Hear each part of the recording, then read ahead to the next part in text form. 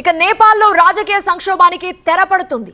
Generation G ఆకాంక్షల మేరకు మాజీ సీజేఎన్ జస్టిస్ సుశీలా కార్కి తాత్కాలిక సారథిగా బాధ్యతలు స్వీకరించేందుకు సిద్ధమయ్యారు. నేపాల్లో ఉద్రిక్త పరిస్థితులు కుదుట పడుతున్నాయా? ఎస్, ఆర్మీ కర్ఫ్యూ తర్వాత నేపాల్లోని పరిస్థితి కంట్రోల్లోకి వచ్చింది. రాజకీయ అనిశ్చితికి కూడా ఫుల్ స్టాప్ పడే దిశగా అడుగులు పడుతున్నాయి. నేపాల్లో తాత్కాలిక ప్రభుత్వ ఏర్పాటుకు రెడీ అవుతున్నారు. నేపాల్ తాత్కాలిక ప్రభుత్వాధినేతగా ఆ దేశ మాజీ చీఫ్ జస్టిస్ సుశీలా ఉండబోతున్నారనే వార్తలు వినిపిస్తున్నాయి. సుశీలా కార్కి వైపై జెన్జీ మొగ్గు చూపింది. ముందుగా కాఠ్మాండు మేయర్ బాలిన్ షా పేరు కూడా వినిపించింది. అంతేకాదు గీ సంఘీ పేరు కూడా వినిపించింది. అయితే జెన్జీ మాత్రం సుశీలా కార్కీకే బాధ్యతలు అప్పగించేందుకు అంగీకారం తెలిపింది. ఈ రోజు తాత్కాలిక ప్రధానిగా ఆమె ప్రమాణం చేసే అవకాశం ఉంది.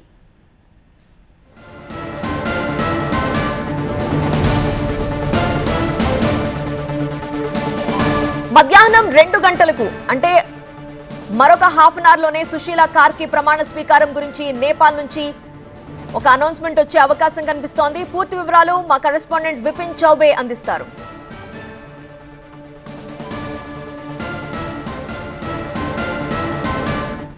नेपाल के अंतरिम प्रधानमंत्री के नाम पर जो संशय था वो खत्म हो चुका है. सुशीला कार्की के नाम पर लगभग मुहर लग चुकी है और आज 2 बजे उनके शपथ लेने की संभावना है.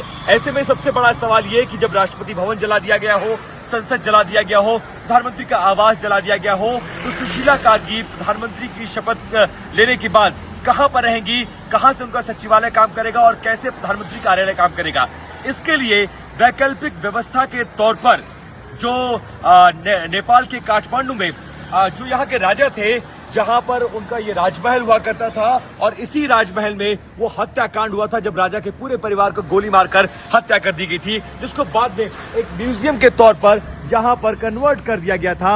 नारायण हिटी दरबार संग्रहालय इसको कहा जाता था. राजा का परिवार दशकों से इसी महल में रहा करता था और उस हत्याकांड के बाद इस महल को म्यूजियम बना दिया गया था.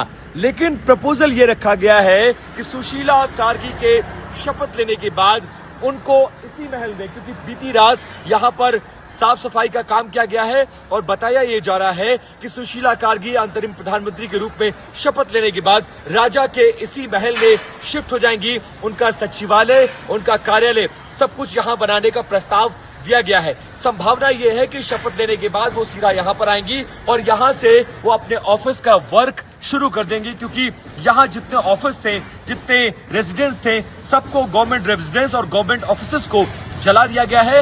ऐसे में प्रधानमंत्री के रहने के लिए, राष्ट्रपति के रहने के लिए कहीं भी कोई जगह नहीं बची हुई है. एक नई वैकल्पिक व्यवस्था के तौर पर सुशीला कार्की को ये राजमहल ऑफर किया गया है, जहां पर वो रह सकती हैं और यहीं से अपने ऑफिस को सुचारू रूप से चला सकती हैं. और ये बताया जा रहा है कि बाकी चीजों पे अभी संशय के बादल बढ़ा रहे हैं. सिर्फ अंतरिम प्रधानमंत्री के नाम पर मुहर लगाई गई है. बाकी जगहों की अगर बात करें, खासकर संसद को भंग करना, दोबारा चुनाव करना, उसको लेकर फैसला बाद में लिया जाएगा. फिलहाल अंतरिम प्रधानमंत्री के रूप में उनको शपथ लेना है और शपथ लेने के बाद संभावना ये जताई गई है कि उनको इसी राजमहल में शिफ्ट किया जाएगा. कैमरा पर्सन चेतन के साथ विपिन चौबे, TV9 भारतवर्ष, काठमांडू, नेपाल.